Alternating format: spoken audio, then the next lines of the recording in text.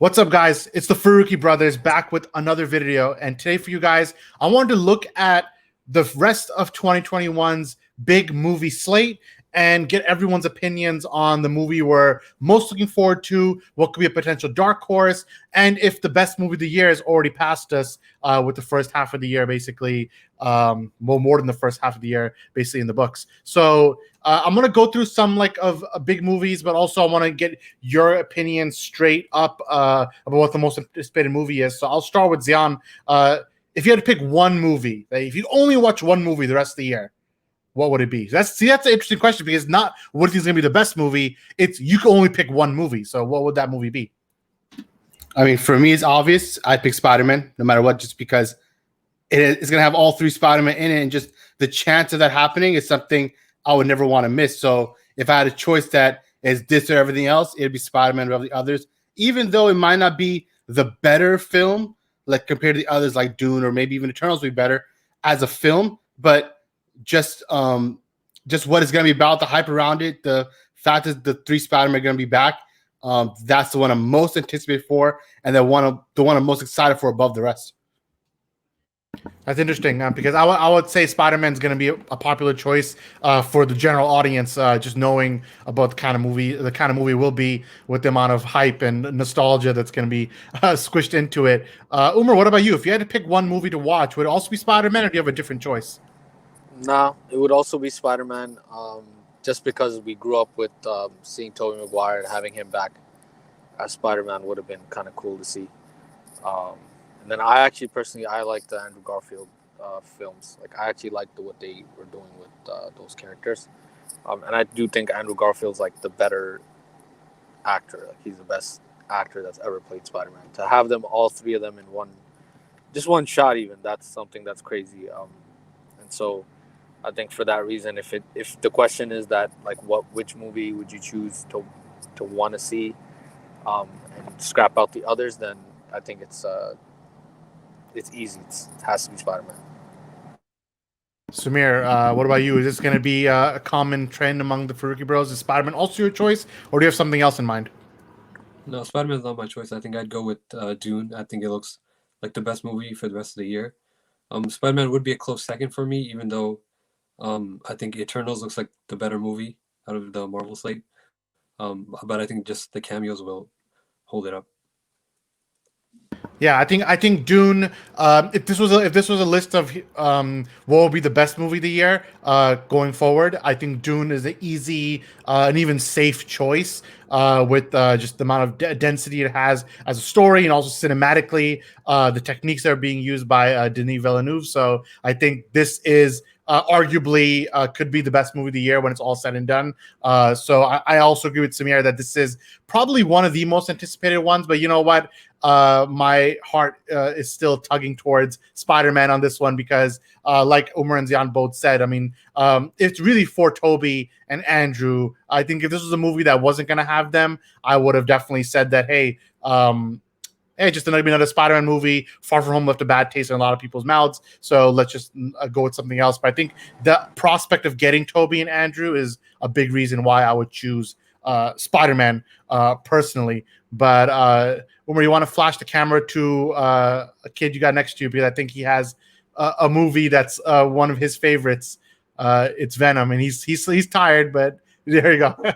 But I know for a fact our boy Saf, you can catch him on the Faruqi Boys gaming platform, which is on our other YouTube channel, so you can check them out. They're playing Fortnite and all that. So just want to shout him out over there. But I'm going to switch to a different question now, because I just asked you what would you want if you scrap the rest. I'm going to switch it to what do you think is going to be the best movie of the year going forward. And if you think nothing going forward is going to touch something that already came out this year, then you can go with something that already came out. And I'm going to go myself on this one first. So we already discussed Dune. I thought Dune was obviously a high chance of being one of the best movies. I know as the ambulance passing, we know for Samir, Lamb is a big movie as well. But for me, I'm gonna actually go with Matrix 4. We touched on this briefly on our last stream, but I just want to reiterate some of the points we made over there. I think Matrix. again, there is some nostalgia there where it shows like how this generation really, or mostly it's a common trend among multiple generations, but I think ours especially is very much hooked on nostalgia and hooked on remakes and reboots and remixes and pushing things that came out in the past and repackaging it for the future. And Matrix 4 feels like not only is it that, but it's also a play on that, and it's going to be making fun of it and satiring that aspect a bit and subverting that genre. And I think that's one of the reasons why Matrix 4 might end up being very surprising. Though, will it capture the exact magic of the original? Probably not. Is it going to have the same action sequences of the sequels? Probably not. But I do think when we're coming out of this year and we're going to do probably a podcast at the end of December and we're going to be looking back at the year, I think at least for two of us, at least for me and Zion, I think Matrix will be pretty high on that list. So personally, I would say Matrix 4 could be the best movie of the year going forward. Not based on like what would I choose, but what I think might come out being the best. So Zion, would you agree with me on that? Yeah, I would agree, because just based on the iconic nature of the Matrix, I mean, just when those films came out originally, it kind of like shifted how filmmaking was done and just kind of revolutionized in a technological way, like the not just from the choreography to even the CGI and everything done in that film. It's like there's a reason why Matrix is one of the most iconic franchises, and especially the first one is one of the most iconic films of all time. And if this captures some of that, but just on this in a new generation, you can make the case that it could be the best film of the year when it comes out. I mean, if barring Spider-Man, I think between the rest of films, I would put Matrix as my second most anticipated film from the ones yet to come out. So, and just on a filmmaking level, if they capture some of what they had, hopefully they don't over rely on the CGI too much, because we know that a lot of the greatest action sequences to come out of the originals were like done in person. The choreography is really nice, and you can see there's a difference between when it's a real person and when it's CGI, because even in those movies, when they switched to CGI, you could tell it got a little, weak, but that's because of technology at the time. But even then, just the action sequences in person, they look so great and they felt so great. And even to this day, they look so good. So hopefully, if they keep some of that and don't rely on CGI too much, is definitely a strong contender to come out of the gate and be the best film of the year. Speaking of strong contenders for Umar, since he was a child, I mean, Clifford the Big Red Dog. I mean, come on, that was one of his favorite shows. So, Umar, that movie has been, it finally got a release date for November, I think, and it's coming day and date. So it's going to be also releasing on Amazon Prime. Is this a must-watch movie for you? This is a must-watch. I mean, anybody that knows anything about anything knows that this is it. This is not, it's like there's Zack Snyder's Justice League. There's, Dune.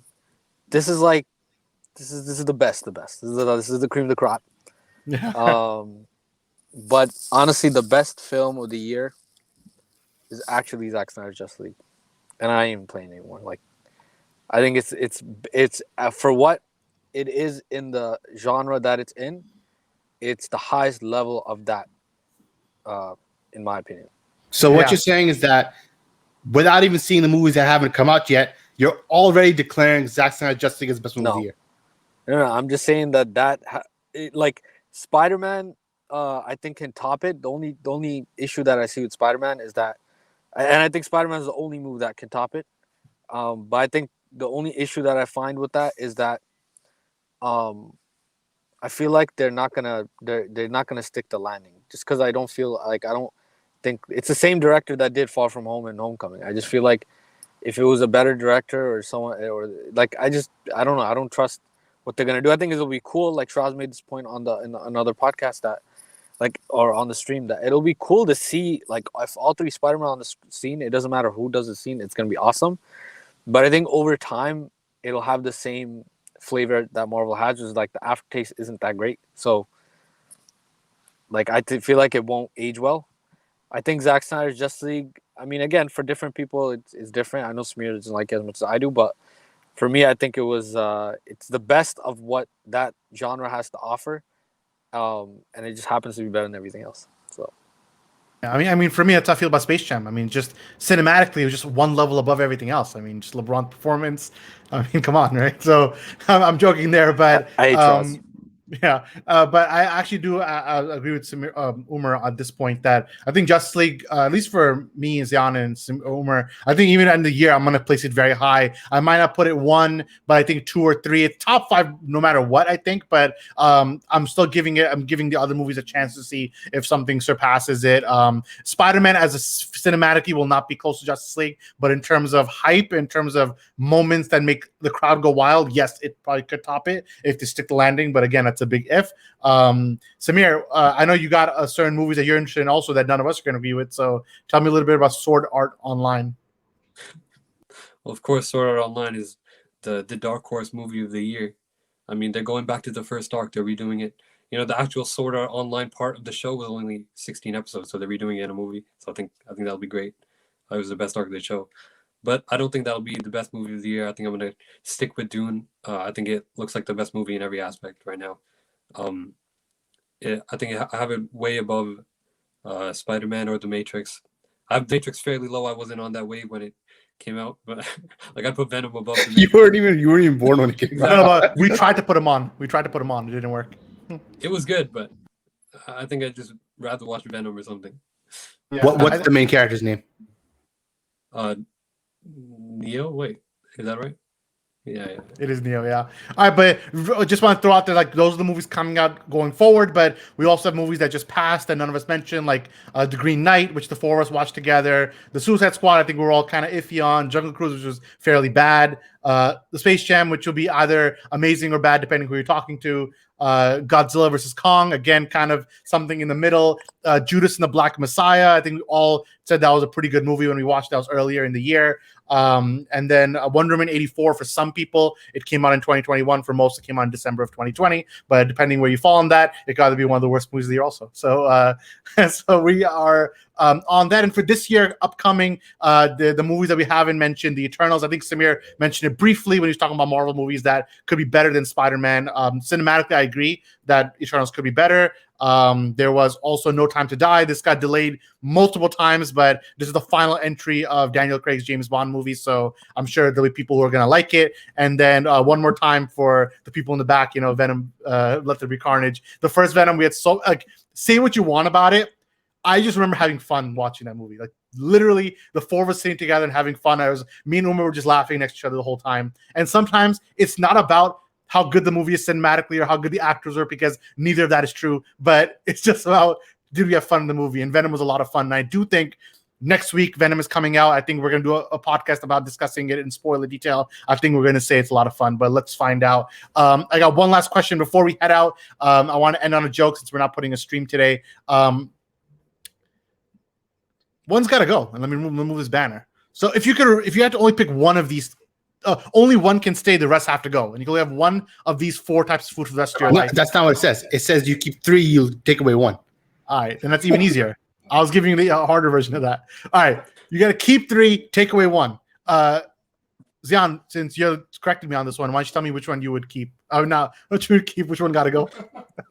The one thing that goes so obvious is the cake. It's like the least good option from the rest of the 3. Like, if I ever had a choice, if I saw these 4 options sitting in front of me, I would 100% of the time go for the cake last. That's like, I could go out without that. Cookies, brownies, ice cream, those are like the wave. I wouldn't even go for the cake. So, same as Jan. Like, I wouldn't even go for the cake ever. Like, it's never would happen.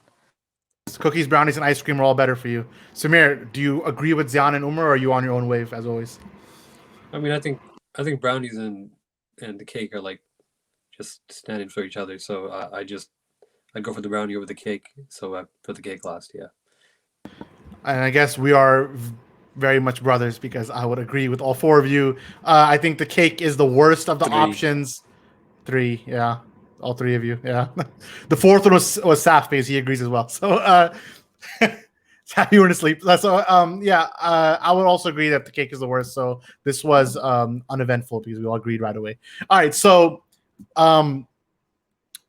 next week, we will do a formal podcast on Venom. We'll maybe stream about it. We'll talk about it. It'll be a lot of fun. Talk post-credit scenes, all that. We'll get into it. And then feel free to like and subscribe. And if you have any thoughts about what your most anticipated movie is the rest of the year, let us know in the comments below. From myself, from Zion, from Umar, and from Samir, we're the Faruqi Bros. And we'll see you next time.